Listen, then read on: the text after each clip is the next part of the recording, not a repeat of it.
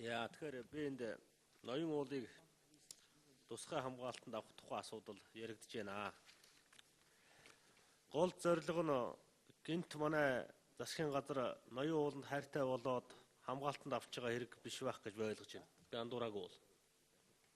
Гол зорилго нь ноён уулын алттай хэсгийг Синтера Голд гэдэг компанид өгөхийн тулд нэг хэсгийг нь улсын тусгай хамгаалтанд авсан болж жүжиг тоглож байгаа гэж би ойлгоод байгаа шүү дээ. Түүнээс бас нэг их ноён ууланд хайртай болоод ухахаа болоод ноён уулаа бүхэлд нь хамгаалтанд авч яах гэж би ерөөсөй ойлгохгүй байгаа л да. Тэгэхээр энэ хуулийн дэсний танилцуулга дээр тэр тодорхой бичмээр байгаа юм. Алт ухахын тулд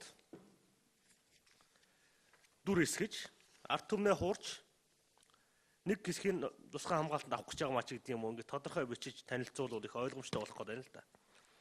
За тэгэхээр та бүхний оруулж ирсэн танилцуулганд дурсгалт газрын зориулалтаар 405 гааг нь тусгай хамгаалтанд авна гэж Төв аймгийн Борнуур сумын байгалийн нөөц газрын ангиллаар 11,194 гааг нь байгалийн нөөц газрын ангиллаар тусгай хамгаалтанд авна.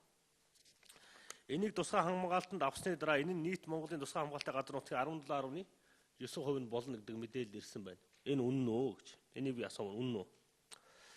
Ер нь хоёр дахь асуудал. Тусгай хамгаалалтын газрын асуудал.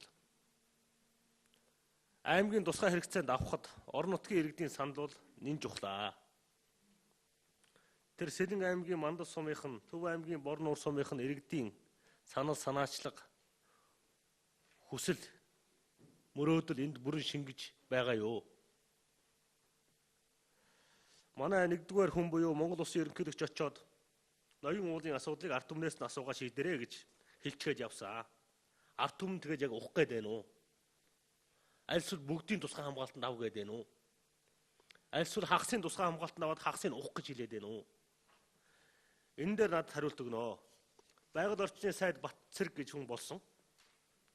Байгаль орчны сайд байгаль орчны байнгын хороо бол байгалаа хамгаалах талд ямагт зогсох ёстой гэж би харж байгаа. Байгальд хамгийн хорлонтой уул уурхайн салбарын эсрэг хатуу зогсох ёстой гэж би боддог. Байгаль орчны байнгын хороо юм бол. Байгаль орчны сайд юм бол. Байгаль орчны сайд одоо энэ Синтера Голдод энэ ноён уулын алттай талбайг ухуулах тал дээр байр суурь чинь яг хатуу байгаа мó альсвал ухуулахгүй тал дээр байгаа мó. 70 тонн алтны төлөө ингэж их бужигнаан үүсгэж нутгийн ард түмний бухимдлыг төрүүлж байх шаардлага байгаа мó.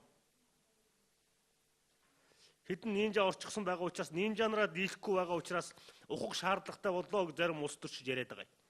Нинжанараа дийлэхгүй төр гэж байх хэрэг байгаа юм. Нинжа дарлуулсан төр. Нинжаг зогсуулж чадахгүй төр байгаад яах юм? Энэ болгон дээр надад нэг хариулт өгөөч. Одоо дүр эсгэж худлаа жүжиг тоглохоо болий. Бод дүнтэй нүүр тулъя. Гэдгийг би одоо хэлмээр байна тий.